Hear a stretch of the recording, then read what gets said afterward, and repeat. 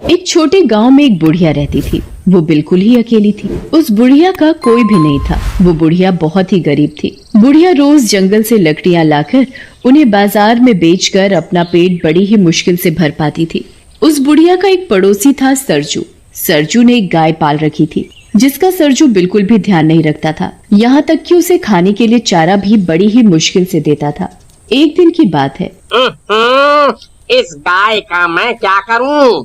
ये गाय दूध वूध तो देती है नहीं, बस सारा दिन चारा ही खाती रहती है। इस गाय को कोई खरीदेगा भी तो नहीं, जिसे बेचकर मैं दूसरी नई गाय खरीद लाऊं। सरजू गाय को खाने के लिए चारा तो देता नहीं था, उल्टा उसे मारता और रहता। ये सब बुढ़िया रोज अपने घर से देखा करती। बुढ़िया को उस गाय पर बड़ी दया आती थी। कैसा नास पिटा इंसान है जो गौ माता को मारता रहता है। ऐसे आदमी को तो नरक में भी जगह नहीं मिलेगी। पाप लगेगा इसे, पाप। जब देखो बेचारी गाय को मारता ही रहता है। एक दिन की बात है। बुढ़िया सरजू के घर के आगे से जा रही थी, तभी उसे गाय के जोर जोर से चिल्लाने की आवाज आई, जिसे सुनकर वो रुक जाती है और वो सरजू के आंगन में झांक कर देखती है। लगता है गाय बहुत भूखी है, तभी इतने जोर जोर से शोर मचा रही है। ये सरजू खुद तो अपना पेट भर लेगा और घूमने निकल जाएगा, लेकिन बेचारी बेजुबान गाय के ऊपर इसे जरा भी दया नहीं आती। फिर बुढ़िया कहीं से गाय के लिए चारा लेकर आती है और सरजू के आंगन में जाकर गाय को चारा खिलाने लगती है और उसके सिर पर बड़े प्यार से हाथ फेरती है। चारा खाकर गाय का शोर मचाना बंद हो जाता है। गौ माता, तुझे भूख लगी थी ना? चारा खिलाकर बुढ़िया जैसे ही जाने लगती है तो गौ माता बुढ़िया की साड़ी मुंह में दबा लेती है। गौ माता, अब मुझे जाना होगा। अगर सरजू ने मुझे तेरे साथ देख लिया ना तो सोचेगा मैं गाय चुराने आई हूँ। इससे पहले कि सरजू आए मैं यहाँ से चली जाती हूँ। बुढ़िया को ना चाहते हुए भी वहाँ से जाना पड़ता है और फिर जैसे ही रात होती है, बुढ़िया बेचारी गाय के बारे में सोच सोच कर बड़ी परेशान हो रही थी। फिर पता नहीं कब उस बुढ़िया को नींद आ जाती है और अगली सुबह फिर जैसे ही सुबह होती है, बुढ़िया सीधे सरजू के पास जाती है और उससे कहती है, क्या तू मुझे अपनी गाय बेचेगा? सरजू गाय के बेचने की बात सुनकर अंदर ही अंदर खुश होने लगता है। आज तो लगता है भगवान ने मेरी सुन ली।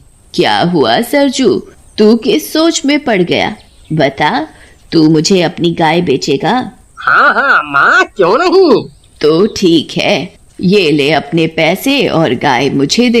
एक बात समझ में नहीं आई अम्मा, तुम इस बूढ़ी गाय का करोगी क्या? तुझे तेरी गाय के पैसे मिल गए ना, बस। बुढ़िया सरजू के हाथ में पैसे पकड़ाकर उससे गाय लेकर अपने घर आ जाती है और गाय को अपने आंगन में एक खूंटे से बांध देती है और उसे हरा हरा चारा खिलाती है और बड़े प्यार से गाय को निहारती है, जैसे उसे कोई अपना मिल गया हो। और फिर जैसे ही रात होती है, बुढ़िया गाय के आगे चारा डालकर सोने चली जाती है और अगली सुबह बुढ़िया सवेरे जल्दी जल्दी उठकर गाय का गोबर उठाती और फिर गाय के नीचे से साफ सफाई करके उसे नहलाती धुलाती है और फिर उसे खाने के लिए चारा देती है। ले गौ माता, चारा खा। बुढ़िया गाय को अपने हाथों से चारा खिलाती है। बुढ़िया के पास खुद के लिए खाने को होता या ना होता, पर वो गाय के लिए हमेशा समय से चारा खिलाती और उसकी खूब सेवा करती। वो गाय को जरा भी तकलीफ नहीं होने देती। बुढ़िया रोज रात को सोने से पहले उसे चारा देना नहीं भूलती थी। गाय भी बुढ़िया से बड़ी खुश होती। बुढ़िया की गाय अब पहले से ठीक हो चुकी थी। एक रात बुढ़िया गाय को चारा देकर सोने चली जाती है और जब वो सुबह उठती है और गाय के पास जाती है तो बुढ़िया के तो होश उड़ जाते हैं। ये क्या? गाय ने सोने का गोबर किया? क्योंकि वो गाय कोई मामूली गाय नहीं थी, एक जादुई गाय थी जो सोने का गोबर देती थी। फिर वो बुढ़िया चुपचाप गाय के नीचे से सारा सोने का गोबर उठाकर अपने कमरे में ले जाती है। अरे वाह, गौ माता ने मुझे सोने का गोबर दिया, इससे तो मैं गौ माता के लिए और भी चारा खरीद सकूंगी। फिर वो बुढ़िया सोने का गोबर बाजार में बेचकर गाय के लिए एक सुंदर घंटी खरीदती है और अपने और गाय के लिए बहुत सारा खाना खरीदती है। फिर बुढ़िया अपनी गाय को भी बढ़िया चारा खिलाती और खुद भी पेट भर खाना खाती है। भगवान तेरा बहुत बहुत धन्यवाद इस लाचार बेसहारा बुढ़िया की मदद करने के लिए।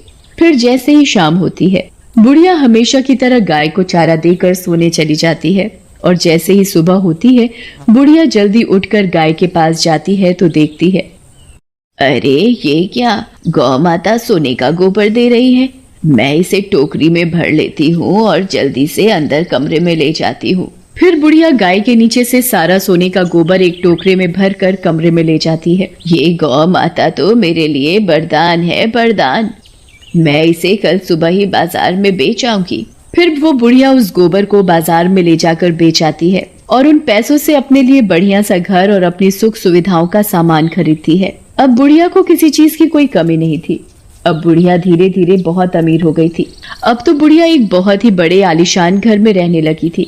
उसके पास नौकर चाकर की कोई कमी नहीं थी। बुढ़िया ऐशो आराम की जिंदगी जी रही थी। बुढ़िया को अमीर होता देख सरजू सोच में पड़ जाता है। समझ में नहीं आता, ये बुढ़िया इतनी जल्दी अमीर कैसे बन गई, जैसे इसके हाथ कोई बहुत बड़ा खजाना लग गया हो। पता तो लगाना पड़ेगा, आखिर ये बुढ़िया इतनी जल्दी अमीर कैसे बन गई। फिर सरजू पता लगाने के लिए बुढ़िया के आंगन में पेड़ के पीछे छिपकर रात होने का इंतजार करने लगता है। फिर जैसे ही सुबह होने वाली होती है तो सरजू देखता है कि गाय सोने का गोबर दे रही है। ये देख सरजू की आंखें फटी की फटी रह जाती हैं। अरे दादा रे दादा, ये गाय तो सोने का गोबर दे रही है। अच्छा, तो अब समझ आया ये बुढ़िया इतनी जल्दी अमीर कैसे बन गई। गाय को सोने का गोबर देते देख सरजू सोचने लगता है। इस बुढ़िया के उठने से पहले मैं गाय के नीचे से सारे का सारा सोने का गोबर उठाकर घर ले जाता हूँ, बुढ़िया को पता भी नहीं चलेगा। फिर जैसे ही सरजू गाय के नीचे से गोबर उठाने लगता है तो गाय एक जोर की लात सरजू को मारती है और मन ही मन कहती है, गोबर लेगा, तेरे तो नसीब में गोबर ही गोबर है। सरजू गाय के नीचे से सोने का गोबर उठाने की लाख कोशिश करता है पर वो सोने का गोबर नहीं उठा पाता। इतने में ही बुढ़िया को आता देख सरजू छिप जाता है। बुढ़िया गाय के नीचे से बड़े आराम से सारा सोने का गोबर उठाकर अंदर कमरे में ले जाती है। अजी, इस गाय ने तो इस बुढ़िया को कुछ कहा भी नहीं। अगर मैं इस गाय का सोने का गोबर नहीं ले सकता तो इस बुढ़िया को भी नहीं लेने दूंगा। और अगले दिन जैसे ही सुबह होती है सरजू सरपंच के पास पहुंच जाता है और बुढ़िया के पास सोने का गोबर देने वाली गाय है के बारे में सरपंच को बताता है। क्या गाय सोने का गोबर देती है? ऐसा कैसे हो सकता है? सरपंच जी, मेरी बात का यकीन करो, मैंने खुद अपनी आँखों से गाय को सोने का गोबर देते हुए देखा है। सोने का गोबर देने वाली गाय के बारे में सुनकर अब तो सरपंच के मन में भी लालच आ जाता है और वो बुढ़िया से गाय लेने के बारे में सोचने लगता है। अगर ऐसी बात है तो मैं तुम्हें माला माल कर दूंगा।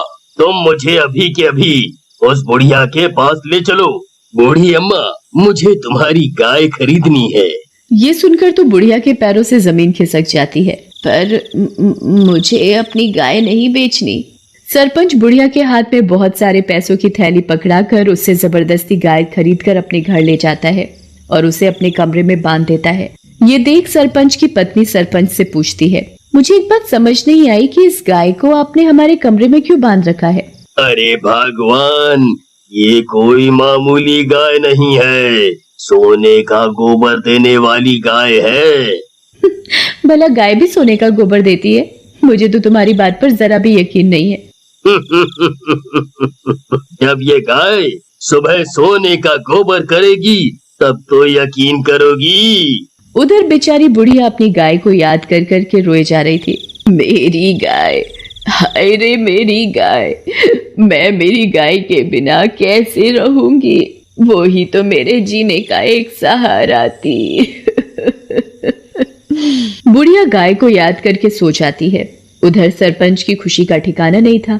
सरपंच गाय को खूब सारा चारा खिलाता है जिससे कि गाय खूब सारा सोने का गोबर दे सके। फिर थोड़ी ही देर बाद सरपंच और उसकी पत्नी सो जाते हैं और जैसे ही सुबह होती है सरपंच की पत्नी सरपंच को उठाते हुए कहती है, ए जी उठो ना, देखो ना कितनी बदबू आ रही है, जैसे गाय ने गोबर कर रखा हो।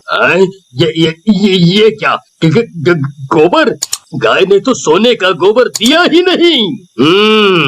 सरपंच सरजू की खूब धुलाई करता है और वापस गाय बुढ़िया को दे आता है। बुढ़िया गाय को वापस पाकर बड़ी खुश होती है और उसके गले लग जाती है।